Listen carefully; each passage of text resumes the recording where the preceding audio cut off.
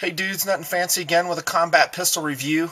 And you know I love high value things. That is, things that are very affordable, relatively speaking, which deliver a lot of performance for the price. This is just such an item. This is a Ruger P95 9mm semi-automatic pistol.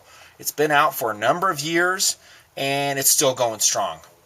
Now, I forgot to bring my review sheet on all the items I need to speak on for the pistol reviews. I'll just try to remember as many as I can, and I'm going to compare this against the standard, the Glock 17 9mm. That is a standard of reference for these 9mm semi-automatic pistols. Actually, pretty much all semi-automatic pistols. So, there's a lot of great things about the Ruger P95. First off is the affordability. Whereas a Glock will cost you around $500, a little bit more, a little bit less. A SIG's going to cost you, I don't know, $700 plus. Depends on where you're at. The P95 is going to be around $300. In fact, Van Wagenen's in Provo, Utah, where I'm at today, is selling this gun for $280. That's amazing. So, great job, Van Wagenen's, and he gives some really good deals. Hopefully, your dealer in the United States of America, whoever that is, can get around that price. Good luck. I doubt he will. Get going on this review here. The P95 is affordable, and that means that a lot of people who could not afford a quality and reliable semi-automatic pistol with the P95 can, and they don't have to go with an overseas maker, because how you doing? This gun is 100% made in the United States of America, in Prescott, Arizona. In fact, Ruger relocated their factory from Connecticut down to Prescott because they just got such a great deal on the land and the facilities down there in Arizona. That's where they're putting them together.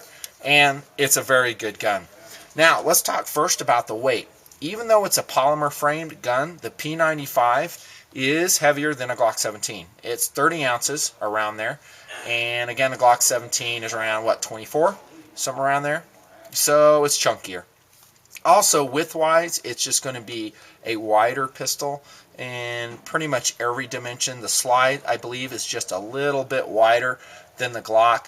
And then you have these, that's a slide release lever sticking out. This particular version has a manual safety, which even though it's designed to be low profile, it does add a little bit to the dimension of width. Therefore, you know, it's just a little bit chunkier. In fact, the overall feel of the P95 is you just kind of feel it's a chunky pistol.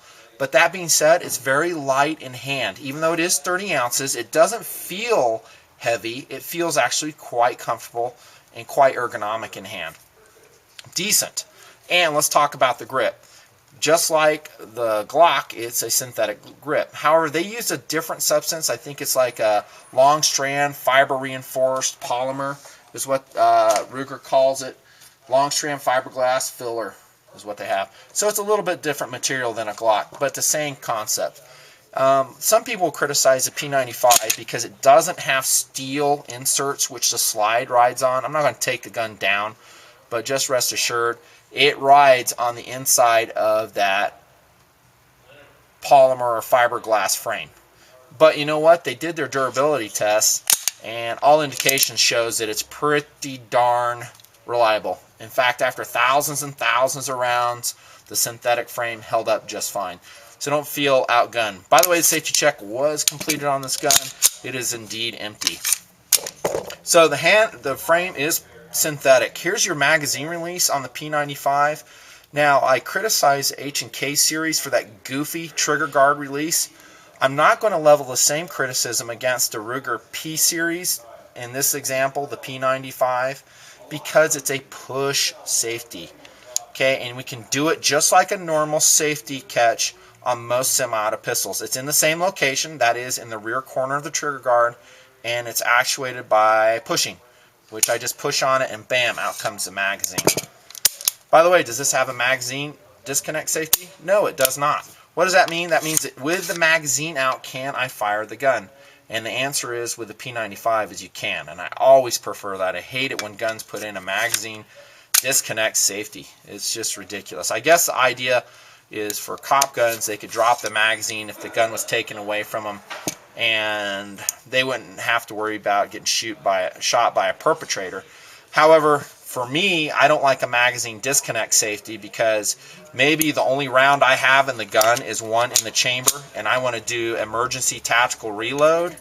So I may drop a magazine, put in a fresh magazine, but during that process I have one in the pipe ready to rock and roll. So little philosophy on that. The newer versions of the P95 have stippling. It's kind of a molded in traction pattern around the grip, and they do a real good job with it. Is it super effective? Not really. A lot of people I know with plastic Ruger pistols, they'll put like a Hogue handle over there, or maybe some of the excellent decal grip on it to give it a better purchase, but it's not too bad. I'd rather have the stippling than none at all. The action on the P95 is a traditional double action first shot, single action subsequent. And what do I mean by that? First off, this is a safety version, so safety has to go up. If I pull the trigger, bam, first shot goes off, and then the hammer ends in this condition. Now I have a lighter weight single action pull, and actually that is my preferred method of standard semi-automatic pistols. Striker versions like the Glock and the other the SR9 by Ruger notwithstanding. So nice trigger pull on this. Again, I don't like to dry fire new guns too much, just want to get a feel for it. I have shot this gun before, and I was pleased with it. Pretty darn accurate. Compared to the Glock though, I think it is a couple notches below the Glock in accuracy. The Glock and the SIG series are just hard to beat, but decent accuracy, and you probably do better to worry a lot more about your own shooting skills than you would about the accuracy of the P95. I think all rounds will fall within 3 inches from a bench rest 25 yards, which is pretty darn good. By the way, 25 yards is nothing more for accuracy testing. That's not where you want to practice. I wouldn't practice more than 7 to 15 yards with most of my combat pistol shooting. There's the exposed hammer. We do have a second strike capability if we do want it, if we have a bad primer. I think that's way overrated though. Here's your sights, standard 3-dot combat variety. They pick up nicely, very nice. You can get night sights for this. I think Meprolite makes them, maybe Tridges as well. Now again, this is a P95 with the safety catch on the side. It's ambidextrous, and I don't like it. I think safeties are pretty much obsolete in auto pistol designs.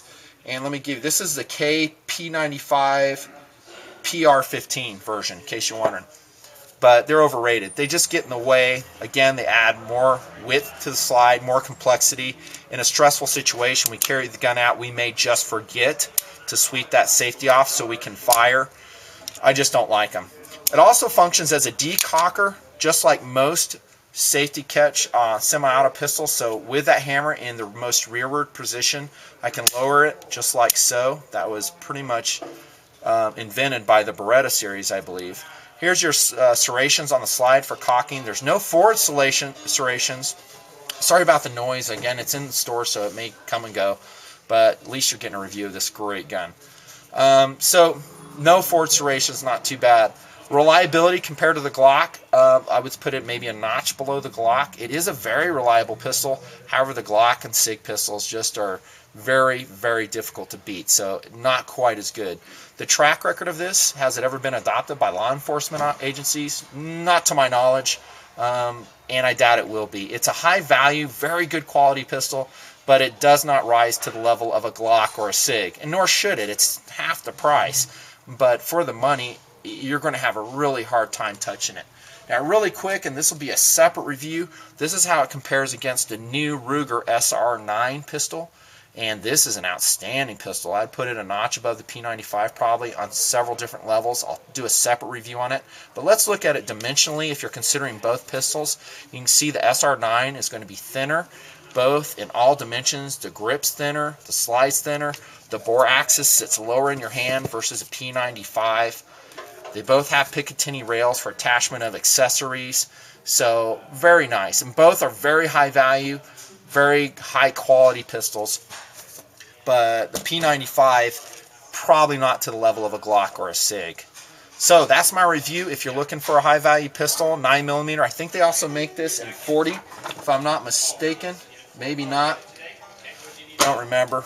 But it's a great buy if you can find it at your local seller. By the way, join the NRA. Defend your rights to own these guns. so you can be a sheepdog and defend good people, including your family and friends. Thanks for watching Nut and Fancy. See ya!